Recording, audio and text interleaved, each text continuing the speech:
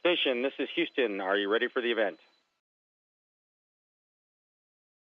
Houston, this is Station. I'm ready for the event. BBC World News, this is Mission Control Houston. Please call station for a voice check.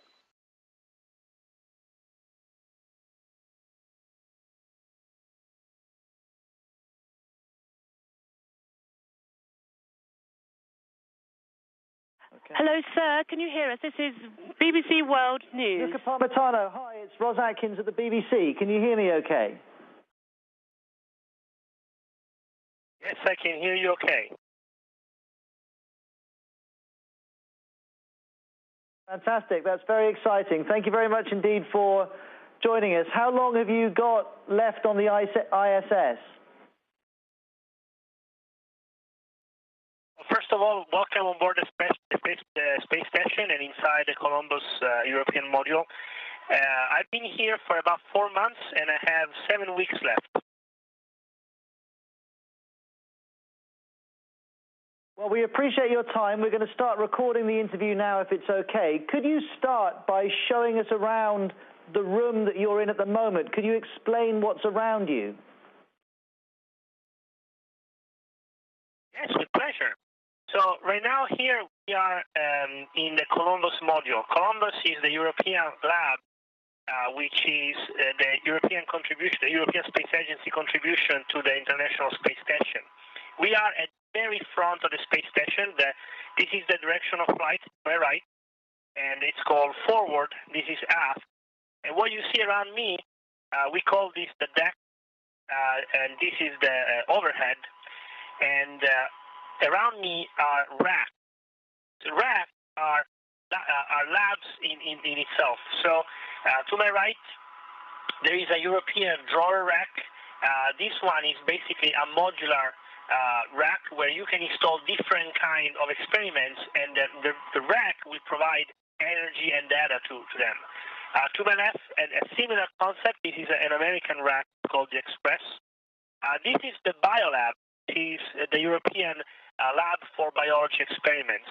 And then behind me, other different kind of racks, also for experiments. This one is working right now is for fluid physics, and also behind me, 2 racks for human physiology experiments. Well, thank you very much indeed for the tour. Let me ask you about what happened with that spacewalk a few weeks ago, because lots of our viewers were very concerned about you. Tell us the moment that you realized that there was a problem.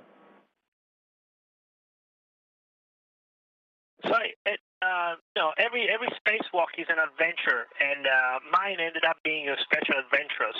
And what happened is that I was outside. I'd been outside for about 40 minutes doing one of the tasks, and I was about to complete my second task when I felt some cold water in the back of my head. Now, since I don't have any hair, that cold sensation was very strong, and I realized that something didn't feel right. I contacted ground, telling them that I felt this water. I felt cold water behind my head, and I didn't think it was either sweat. I didn't think it came from my DIDB bag, which is the bag that we use right in front to drink water during an EVA. At that moment, my colleague Chris Cassidy was outside with me. He finished his task and came towards me to check my helmet, and he noticed the water crawling towards the front of my visor. It started covering my eyebrows and my ears, and that's when ground very promptly called terminate, which means we stop where we are, and we go back inside and repress the airlock. So I did that. I started moving towards the airlock. In the meantime, the water kept crawling to the front of the helmet. The problem in zero G is that the water just creates a glob and doesn't flow. So it just kept accumulating until it completely covered my ears and my eyes, and then finally even my nose. So I was only left with my mouth to breathe, which luckily the water never reached my mouth. I was always able to breathe through my mouth. I just couldn't hear or couldn't see anything. But thanks to the training and thanks to the support from the ground, all the engineers and the ground support people that helped me. They guided me back. They got me back inside the airlock, pressurized very quickly the airlock. The crew on board, Karen Nyberg, she had the controls for the repressurization. She did an excellent job keeping us updated on the state of the repressurization. And in a few minutes, really, the emergency was solved. Now, for me, those were very long minutes, but I was always confident the whole time that Chris was there to help me, and that the ground was there to help me, and the crew on board was always there to help me. Well, Luca, thank goodness you're okay. It sounds absolutely terrifying. You sound far calmer when you talk about it than I think most of us would have felt. Now, we've been telling the people who follow us on Facebook that you were speaking to us here on Global, and they've been leaving lots of questions for you. I wonder if I could ask you a couple. Thomas would like to ask you, how far do you go from the ISS when you go on a spacewalk? What's the furthest you can go? So when we go outside, we never leave contact with the space station. We're always in contact with the structure. So we come out of the airlock, and we have cables. They're called safety tethers. They're kind of like the ones that you use with little dogs to let them move around and then get back. You can get them long, and they're 85 feet long. And so technically, we could only go about 185 feet away from the airlock, which is where we position ourselves. However, we have tricks that we do in order to go farther away, which is all the way, if we want, all the way to the end of the truss, which is about 100 meters wide. And in order to do that, anchor different safety tethers, we call them packs, so that we always have a way back. We always safely attach the station, and we can go all the way to the end of the truss, all the way to the front of the station, coming out of the airlock. In my first TVA, I was all the way to the front, to the very tip of the space station, installing a cover, for example.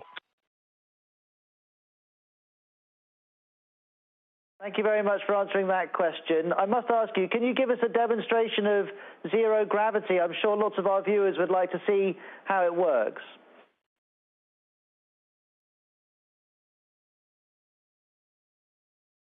So I have here things that most people find important, and it's a food and a drink. So this is a special food that I will eat next week for an experiment. And the demonstration on zero G is that food is very light on the space station. It's actually it's so light that it floats, and the same for fluids.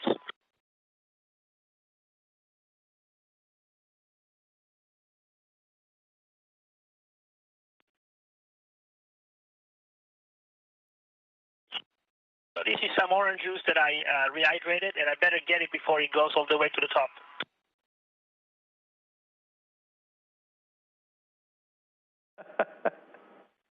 So that's one of the things that we can do in zero G. You've been practicing that, Luca. That's very impressive. Fantastic. Well, that leads me on to the next question from our Facebook page. We've a viewer in Ghana who... A viewer in Ghana would like to ask you, what's your favorite food on the ISS? Oh, that's a great question. Actually, the food on the space station is really good. We have all different kinds of food, some provided by the Russians, some provided by the Europeans, others provided by the Americans, and we all share this food. But if I have to add my say, I had some bonus food that was created by ESA and the Italian Space Agency for me, and it was Italian food. And I say it was because we finished it all basically as soon as we found it on the station. We had one big Italian dinner, and I made lasagna, risotto, and all kinds of different specialties, and it was delicious, and everybody was really, really happy. It's not the same, though, as when you're back in Italy, I'm sure. I have to tell you, the single question that people are asking the most for you is, can you give an example of the most important discovery that's been made on the International Space Station? How do you justify all the money that's spent? That's a very important question. I would like to go on and say that actually the money that we spend on the station is not that much. Really, if you put things in perspective, a European citizen spends about 10 euros in a year for the space program, which is all the space program, not just the space station and human space flight. But I'll tell you why the money is well spent. On the space station, we do three things that are very important. One is, of course, the science, and science speaks for itself. It's what makes us different from all the other animals. It's knowledge. We do at least 30 hours of science a week here on the space station, which generates an incredible amount of more science on the ground. We do technology where we test and create new technology that then is used on the ground. Then we do exploration. What I mean is that in the future, thanks to what we are learning today, we will be able to go further away. But to give you an example of something that we are doing now that is of immediate effect on the ground, we are doing a study on how our spine changes when we are in 0G.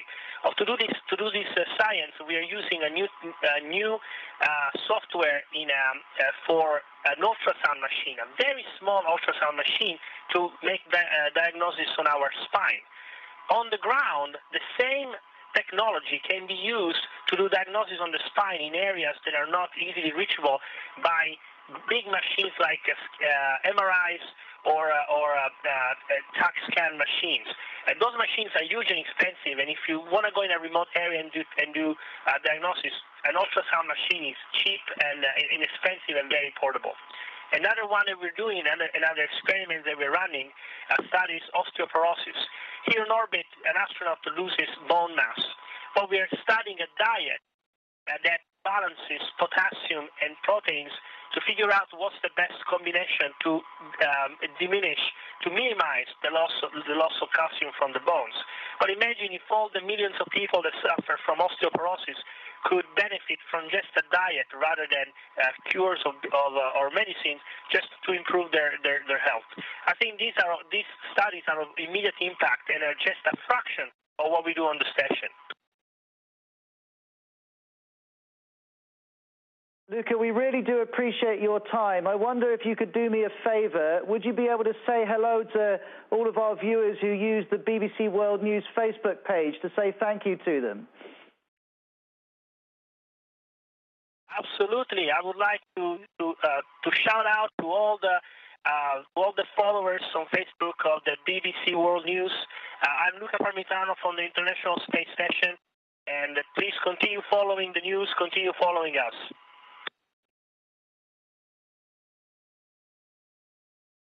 Goodbye, Luca. Thank you very much. You're very welcome. Great talking to you. Station, this is Houston ACR. That concludes the event. Thank you. Thank you, BBC World News Station. We are now resuming operational audio communications. Copy.